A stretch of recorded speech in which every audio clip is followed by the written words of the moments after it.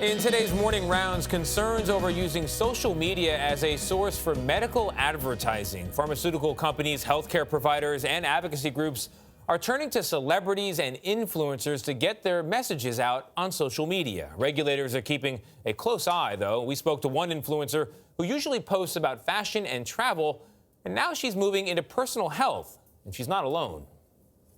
I won't do anything that goes against my morals and my values. Ashley Habee's Southern Suds and Simple Living Instagram feed is filled with paid lifestyle posts featuring food and fashion. But when Walgreens went looking for an influencer to promote its flu shot services, they chose this mother of four and her more than 17,000 followers. I've actually always utilized the pediatrician for flu shots.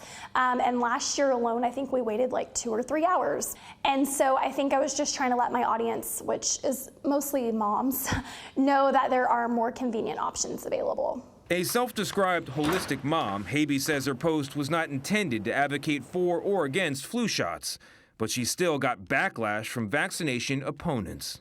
I don't usually have something that is controversial, and obviously whether to vaccinate or not vaccinate is a hot topic. Habee's post makes clear that Walgreens paid her, but regulators have cited other influencers for not including the required disclosures.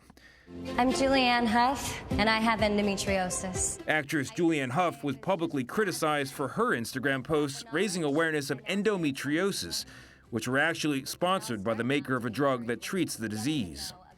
Her representative told us she is no longer involved with the pharmaceutical company. And a Kim Kardashian West post about a drug for morning sickness prompted a 2015 warning letter from the FDA, which said it did not include enough safety information.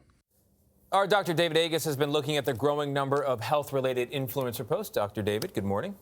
So we should mention at the top, Ashley was talking about vaccines. Vaccines are good. They're important. My kids get them. Your kids should get them. But what are your bigger issues with non-doctors wading in on social media on really important issues? Agree with you on vaccines. Thank you for that one. I think she said it best when she said, I follow my morals and values. And the problem is health is you also have to follow the data. And so health is difficult. It's complex. When you say a disease, there are dozens of subtypes to it. So a recommendation has context. And when a social media influencer goes out there, and they have crazy power for good, but also that power can cause problems when they say things that don't make sense. You're talking about people with no medical training here, basically. Yeah, we're talking about people with medical training that just doesn't exist, right? Yet they put out a statement, hey, I tried this drug for arthritis and I feel better. Yeah. Well, what kind of arthritis was it? And, somebody else follows on that. It could be real problems. Are there ways that social media can be used for good in the medical realm? That's a great leading question. And the answer is yes, it can be. Certainly, Andy Grove went on the cover of Fortune magazine in the 90s, and nobody remembers that now, but it was the first. And he said, I have prostate cancer. And they really become beacons of hope for people. Lance Armstrong, when he had testicular cancer, was a beacon of hope for a cure. And over again, we see people doing this. Selma Blair did for multiple sclerosis, getting up there and demystifying a disease and becoming a role model. Awareness, not advice, it sounds like. No question about it. That's a great distinction, and you're right. But that line gets blurry. To get normative behavior change, you need leadership. And leadership nowadays is followed by social media influencers, and that's a lot of responsibility in health. Hardwall, less than 30. What should we be asking when we see influencers making these posts? Well, the first is are they sponsored by somebody? If they're paid, and then the second is when they're recommending a product, you really have to take a step back.